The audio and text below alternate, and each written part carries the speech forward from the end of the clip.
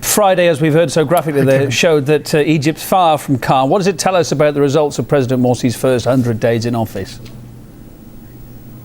Well, I think the setup piece that came just before we talked, Kevin, says a lot of it. We were seeing a very rapid Islamization of the political structure in Egypt, and nobody should be surprised at this.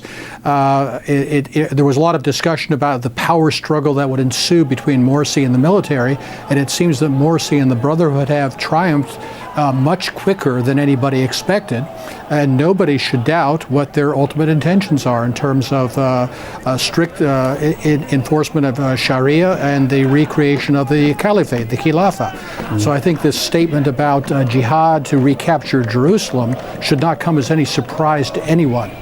A lot of people in Tahrir Square protesting at what they call unfulfilled promises. What was the Muslim Brotherhood's role in so-called Accountability Friday, do you think? Well, I think they're playing a double game like they do on many other things. On the one hand, they can be putting pressure on Morsi to deliver, especially on things having to do with the economy. But on the other hand, it will also be the kind of pressure for increased Islamization of the social and political structure of Egypt that Morsi can accommodate under the force of circumstances, pushing him to where he really wants to go. So I think there is a collusion here more than anything. You touched on it just now. I want to pick over this a bit more. Your thoughts about the Muslim Brotherhood's recent call for that holy war to take Jerusalem back from the Israelis after decades, of course, of peace accords since the 70s, and the president's silence on the matter. Are you surprised? No, I'm not surprised at all, and I don't think we're going to expect Egyptian tanks to be rolling toward Israel anytime soon. But I think it does show that the peace treaty with Israel.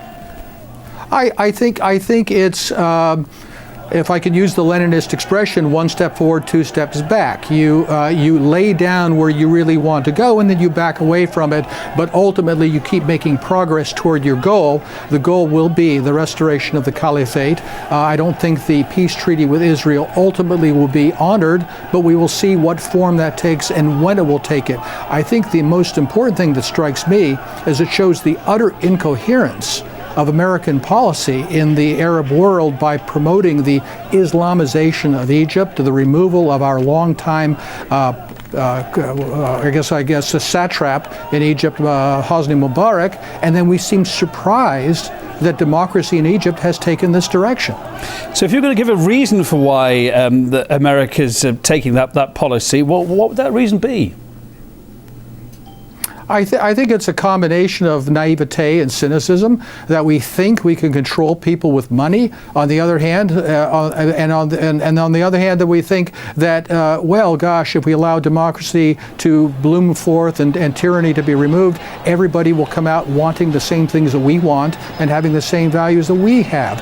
And the funny thing is, it's not that way. And you see the same mistake in Libya, and we see the same very dangerous progress in this direction on Syria. And I think we're playing with fire. We're playing with fire and pouring gasoline on it, and I think we will see the fruits of that in Egypt in the not too distant future. A final thought on Egypt, where it's going to go. Just 10 seconds. Is the public opposition going to make any difference?